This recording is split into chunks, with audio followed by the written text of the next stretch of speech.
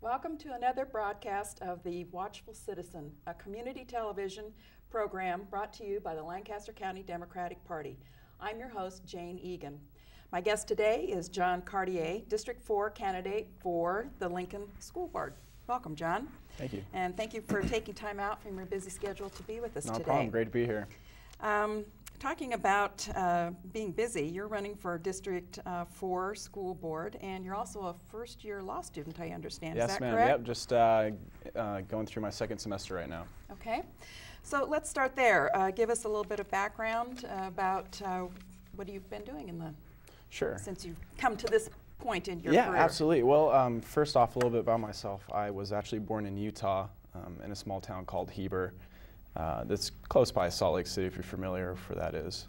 And then my mother, she moved us to Las Vegas when I was 9, and I grew up there up through high school. And I was fortunate enough to get a track and field scholarship at the University of Concordia University over in Seward. So I was doing that the last 4 years, and kind of towards the end of my senior year, you know, you get this little anxious feeling like, well, like, what's next? What am I going to do? And law was always something kind of in the back of my mind. My mom really encouraged it. So I studied for the LSAT, took the test, applied to places, and the best opportunity that came back was the University of Nebraska, and I'm so happy for that. Really? It's been a great experience so far. Wonderful. Isn't this law school the Yale or the Harvard of the Great Plains or something like that? Doesn't have a pretty good reputation for being a good law school? You know, yeah, it is. And the thing is, they've jumped in the rankings by about 30 spots in the last 5 years, which is pretty much unheard of. And one of the funny reasons about that is because we actually one of the few schools that don't lie about our employment data. So that's when they've been doing the rankings, they've been looking pretty favorably on us. But yeah, we got great professors, people from Harvard graduated there, that come in to teach, and you know, it's just a great faculty there, and I love it. Great opportunity. So you've decided, with all of that going on in your life, to also run for school board in District 4. That's a lot to juggle. Tell us, how did you come to that decision, and then could you describe District 4 to us a little bit? Sure.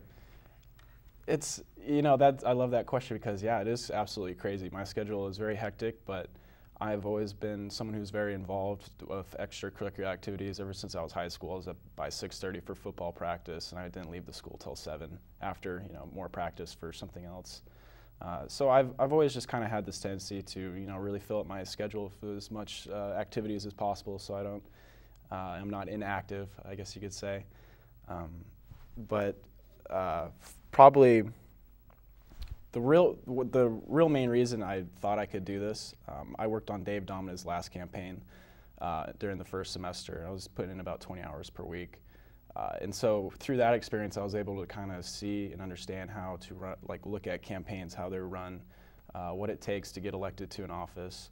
And when I heard Ed Zimmer, his spot was he wasn't going to be seeking re-election after 19 years of dutiful service. Big shoes to fill. Yeah, huge shoes to fill. So I learned about that, and first thing I did was schedule a meeting with Ed Zimmer, and I talked to him a little bit about the school board and what's required and what is his experience, and if he thinks maybe I'd be a good fit.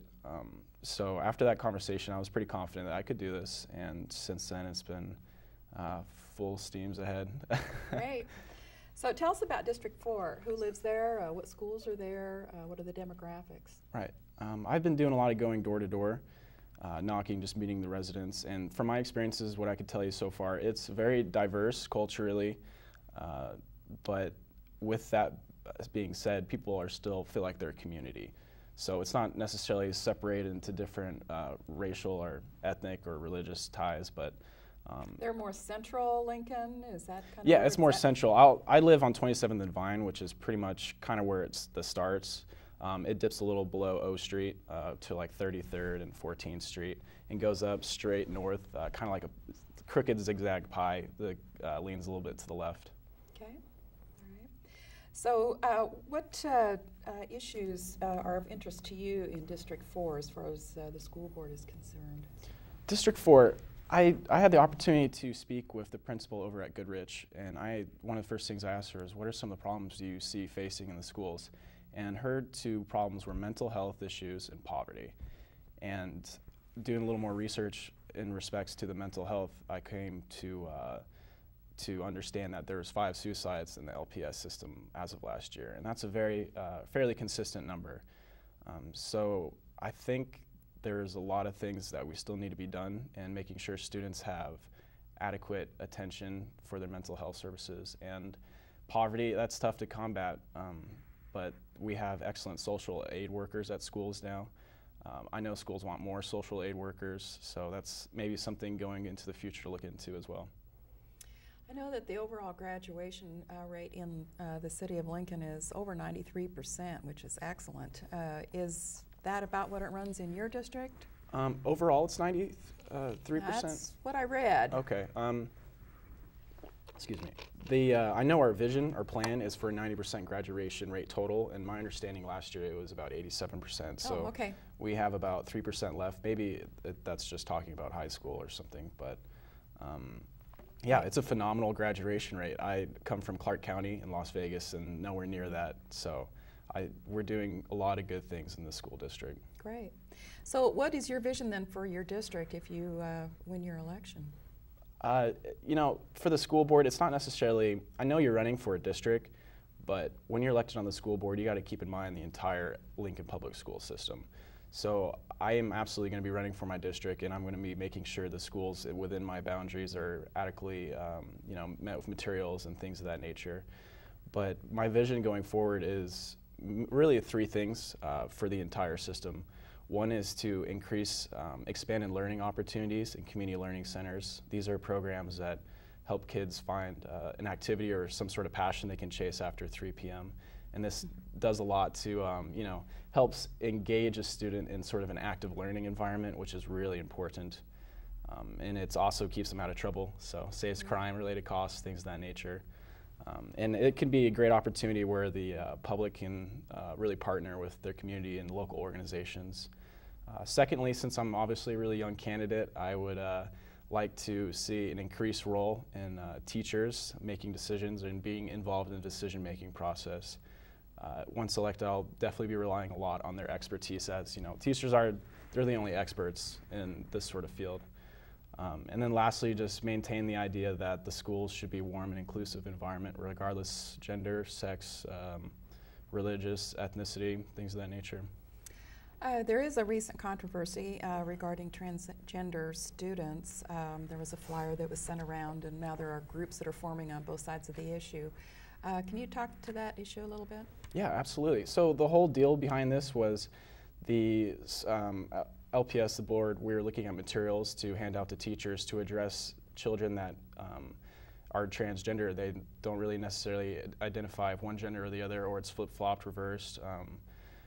So going through this, it exploded into this huge national event, and it really was embarrassing for Lincoln. It was just making a spectacle of us, which I think was highly inappropriate. With that being said, I think the Board of Education could have done a better job being a little more transparent with the parents and as well as with the community. So I think going forward we can learn from this event that one, the board needs to be transparent, and we need to be vocal about the issues that we want to you know, face in our school boards or in our school districts. And with that being said, we can really craft a plan and attack it that way. There are some new schools that are being built or planned in the next several years. Are there new schools being built or existing schools planned for expansion in your district or citywide? Where do you stand on building new schools? I love building new schools. That's great. That's using our resources very wisely. We're just opening up this huge new endeavor over on the west side of Lincoln. The name escapes me right now, but basically it's a partnership with the community college and making sure students can get credits towards maybe something outside of a traditional 4-year college track. So we're looking at specialized classes for, you know, it'd be great to see electricians, welder, that kind of thing. Starting out in the high school, yeah, so that they're prepared to move on to the community college level. Is that what you're saying? Yeah, okay. Absolutely. I think that's important to be streamlined. So that would require some additional new facilities or specialized facilities within the school buildings to accommodate those classes, right? Yep, absolutely. And teachers as well. And we also have a $5 million technology plan going throughout the school districts. So this is trying to get in the hands of every student a tablet. And with that, we need renovations in pretty much all the schools for that to handle the updated technology requirements. And with that, we also have continuous improvements and throughout all the schools for security updates, and there's always projects going on. Always something going on. I understand that they have about a $330 million budget. Can you speak to that a little bit? Where do those revenues come from to support that? Well, our entire expenditure budget for this year is going to be just a little over $1 billion from what I was looking up. And the budget item you're just talking about, we released a bond for that. So we receive our funds from three main areas, one being the federal, one being the state level, and then through property taxes. And because we live in an equalized school district, there's a difference between equalized and non-equalized. In short, the difference is if we get reduced property tax valuations, we'll have to make up our aid through either an increase in the levy or through increase in state aid. Our new governor, Governor Ricketts, said that that was a priority of his new administration, was to lower property taxes. So if that comes to fruition, then that's going to filter down to school budgets overall. And so you're saying that there's going to have to be other ways of looking for revenues. Go over that again a little bit, where you think those revenues might come from. Sure. One of the bills, to my knowledge, I think it's LB 540, but it's a devaluation of 75% to 65% in land valuations. So what this does is people pay less on their property taxes, and by paying less on their property taxes, the school districts themselves receive less money to work with. So the only real way, if something like that was to pass, that we'd be able to make up that revenue is, once again, increasing the levy, or if we got an increase in state aid. So is there any conversations going on at the state level about the state aid being increased? Yeah, you know, that's stealing from one to pay for the other. Right, exactly. I'm sure that conversation's been going on, and from what I've been reading, Governor Ricketts was obviously aware that it would affect our school districts that way. So they're looking at other ways to get to make up that difference. It just depends what bills are passed and what the provisions are. So is there some working relationship between school boards and, say, the state representatives in the governor's office? You know, to my knowledge, I haven't really talked to any school board member that kind of has that active relationship, but I think there absolutely does need to be. We live so close to the Capitol building, you know, it's right down the street. Luckily, this summer I'll be working for Adam Moorfeld in his office as a legal clerk, and he's on the Judicial and Education Committee, so I plan to doing some time researching through that. Great. How do you feel about private schools and the concept of vouchers for students that don't want to attend public school? Well, to be honest, I went to a private school all through high school in Las Vegas, an excellent school called Faith Lutheran. That's how I kind of got involved at Concordia. They're both Lutheran affiliated schools, and they have teachers that graduate from Concordia and then go to Faith Lutheran to teach.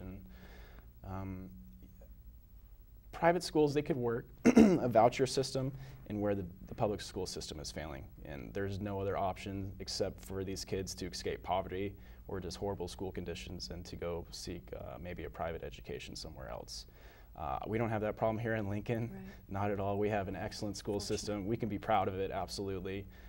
So if we're going to be talking about vouchers, one, there needs to be some way to seriously regulate these schools to know how they're spending their money, if it's coming out of the taxpayer's pocket. And two, you know, it's just going to be taking revenue away from the school district, and we're growing 1,200 students every year. So I don't think it would work very well in Lincoln. You have a campaign going, an active campaign. Tell us about your campaign a little bit. Do you have a website or a Facebook presence? Yeah. Is there somebody else helping you?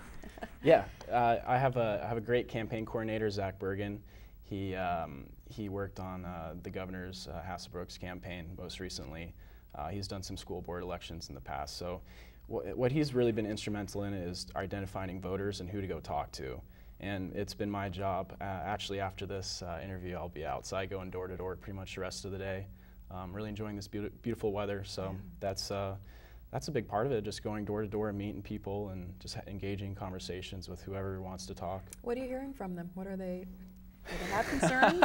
Yeah, I hear all kinds of interesting things.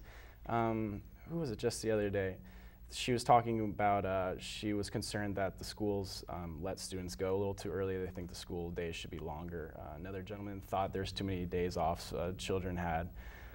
Another lady, she was talking about her daughter. She wasn't getting adequate textbooks or like reading material in the schools. So that's the best way to learn your constituents and to do this kind of race is to meet people and talk to them about these things. I read recently that I think it might have been Fremont Public Schools, not sure about that, but they are wanting to introduce mandatory classes for geography, teaching geography, and for personal finance. How do you feel about that? Do you think that we're a little thin on that in the Lincoln Public Schools? Is that an area that we're not offering enough to students to prepare them for living out in the world? I support the freedom for the schools to kind of choose for themselves what sort of classes they could focus on.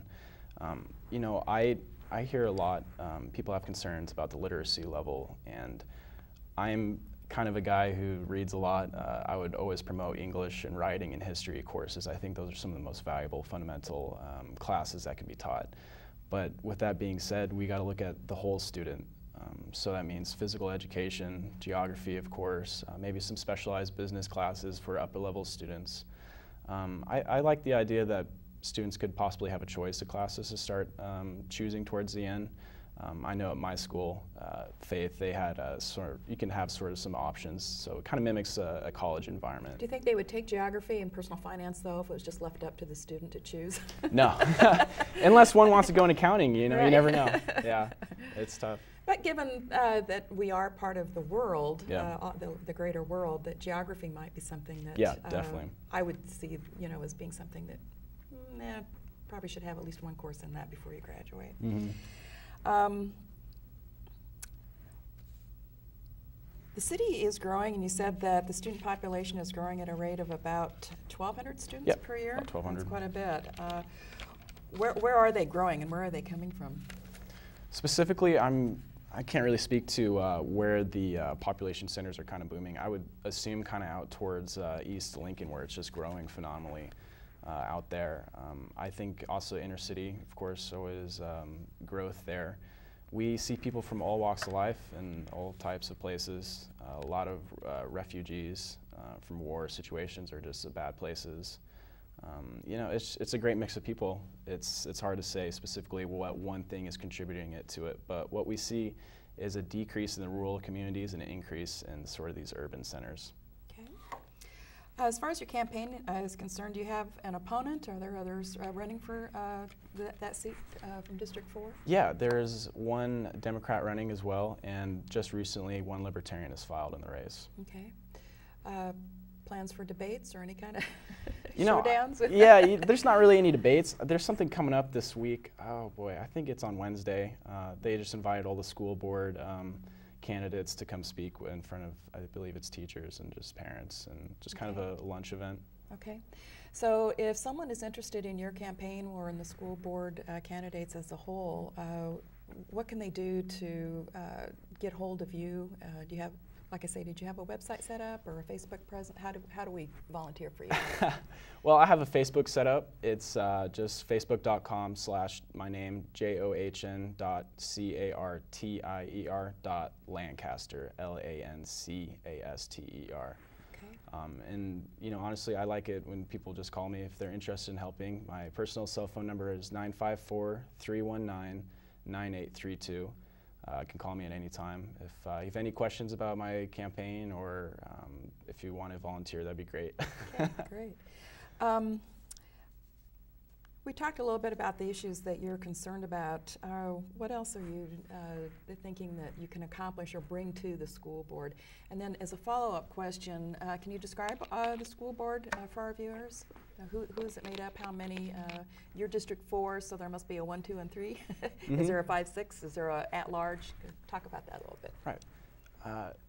Once again, kind of bringing back, I am a young candidate, and I think it's going to be very important to have a representation. That's what democracy is all about, even representation of people. And I think that's something the board would benefit from my experience as a student leader, as well as I'm pretty close to growing up in the school system myself. They have this new technology plan I touched on a little bit. So yeah, it's funny because I always graduated from my high school. I was always 1 year ahead of when like laptops or something or tablets are coming into the classroom. So I don't really have that much experience with those, but I can see the school districts, how they've been changing from the inside. And it's fascinating. I think we're in an exciting time in history where technology and education are just kind of combining to create something really, really wonderful for students. And then touched on that first question, just some other issues in the school district. I was just wanting you to describe the Lincoln School Board. Okay. How many members are there and who are they representing? There's, I believe, 7, and I think the seats are open for 3 or 4 of them this election. Okay. And you have, they're great people like Ed Zimmer, the one who is running, not going to seek re-election out of my district. He's a very smart gentleman. He's got great degrees. He's a very fascinating person to talk to, and that's how all the board members are. They'll talk your ear off about education because that's what they're passionate about, and they love it. I'm not sure how else to kind of describe the board members. Okay. Well, I was just, how often do they meet? Mm-hmm. What is their main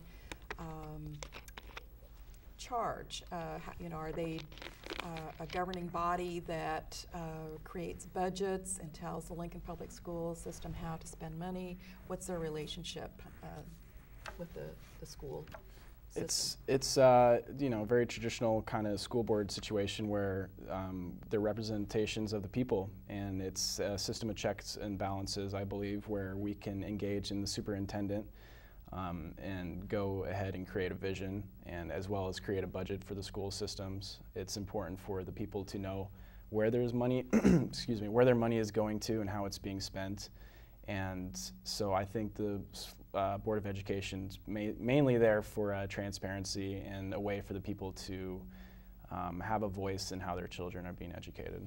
So do they meet once a month or more often? I think it's every other Tuesday, I believe. Every other Tuesday? Yeah, I think it's... So is there a time then when just regular old voters and folks and parents can come and speak directly to the board? Yeah, they have open hearings, and all of their meetings are broadcasted, are televised and recorded, and it's up on a website. I forget the name of it, but it's a really simple Google search. Okay, all right. Anything else you can tell us about you, your reasons for running, issues that you're concerned about? And we've just got about 5 more minutes left. Okay, sure, yeah, a little bit more. Education is everything, and I'm so happy and fortunate to be in the position where I am today. My mom, she was a single parent raising me, and she always says she had 2 options. One was to be a secretary, or one was to be a mother. So she never really had those opportunities to go after and chase what I could be doing right now and achieve. And if I can get in a position where I can give back to my community and make sure students have these same opportunities to sort of go down, their own individualized roads to achieve whatever success they want in their lifetime, I would, be very thrilled to be a part of that.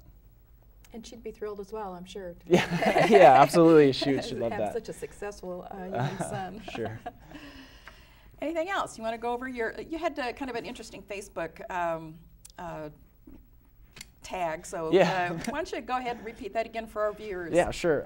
So you can contact me first by my personal phone number, 954-319-9832. And then I don't have a fancy website or anything, so the best way is through my Facebook page, facebook.com/John, JOHN.Cartier, CARTIER.Lancaster, LANCASTER. Okay. And again, you're appearing with other candidates, when and where and what time? I don't have that information. It's in my agenda. Okay, it'll probably be up on your Facebook at some point. It will so be. That if they want to come and talk with you personally, they could do that? Absolutely. Okay. Well, that wraps up another edition of the Watchful Citizen. Our guest today has been John Cartier, candidate from the 4th District for Lincoln Public School Board. Thanks a lot for taking out the time. And not a problem. Have a good day campaigning. I will. I'll enjoy it. I hope that when you're elected, you come back and talk with us again. Of course. Pleasure. Okay. Thanks, John. No problem.